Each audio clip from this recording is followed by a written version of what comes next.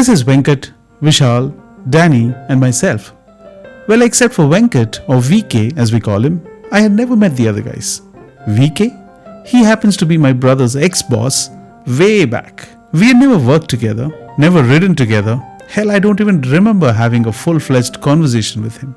We may have just met each other at a few occasions. Yet here I was, getting up for a ride with his crew. That's the thing about VK. Meet him once and the universe finds its ways to bring you back together. Unless, of course, you're a complete asshole. A couple of years ago, after buying my Royal Enfield, I had asked VK if I could tag along on one of their rides. Anytime, bud, was his typical VK response. But then, life happened. Between work and my own solo adventures, that open invite remained uncashed until last weekend. With a mix of anticipation and nerves, I reached out again. True to form, VK's reply was immediate and enthusiastic as always. But instead of the big group ride I had envisioned, it turned out to be just the four of us. Honestly, I was relieved. My romanticized image of the biker brotherhood had set expectations sky high. Riding solo most of the time, I was worried about feeling like an outsider. That morning, I prepared for the ride with an almost ritualistic zeal.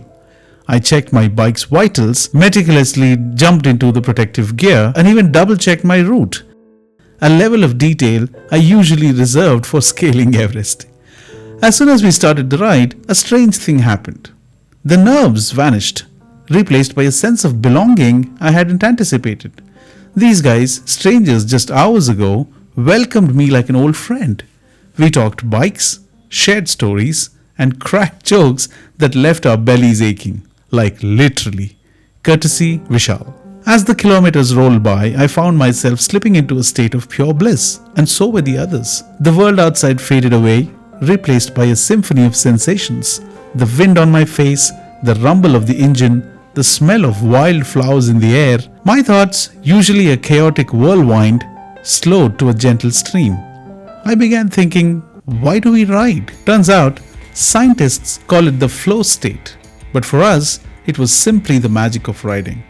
The physical demands, the focus required to navigate the road, and the constant stream of sensory input all combined to create a mental space where we could finally breathe. It is like meditation on two wheels, a chance to escape the noise of everyday life and reconnect with our inner selves. It's a feeling of total immersion where every decision, every reaction is honed to the present moment. It's a place where the mind's clutter is swept away, leaving space for clarity and insight. Of course, there are moments of sheer adrenaline too. The thrill of leaning into a tight curve, the rush of overtaking a slower vehicle, the shared laughter as we narrowly avoided a pothole the size of a crater. These shared experiences, both big and small, cement a bond between us, creating a bunch of memories that would last a lifetime sometimes. As we stop for those quick bites and unlimited cups of coffee, we can't help but marvel at the transformation that had taken place, like just in my case. I had started the day as a nervous stranger, unsure of my place in this tight-knit group. But now, I felt like I belonged. It happens with almost everybody. I realized that riding was all those things and more. It is a way to challenge ourselves, to push our boundaries, to experience the world in a way that only few others can. It is a way to connect with ourselves, with others, and with the natural world. But most importantly, you see the world through a completely different lens on two wheels. It is a way to feel truly alive. It's about the freedom to explore, not just the roads we travel, but the hidden corners of our own minds. It's about finding solace in the solitude and at the connection at the same time.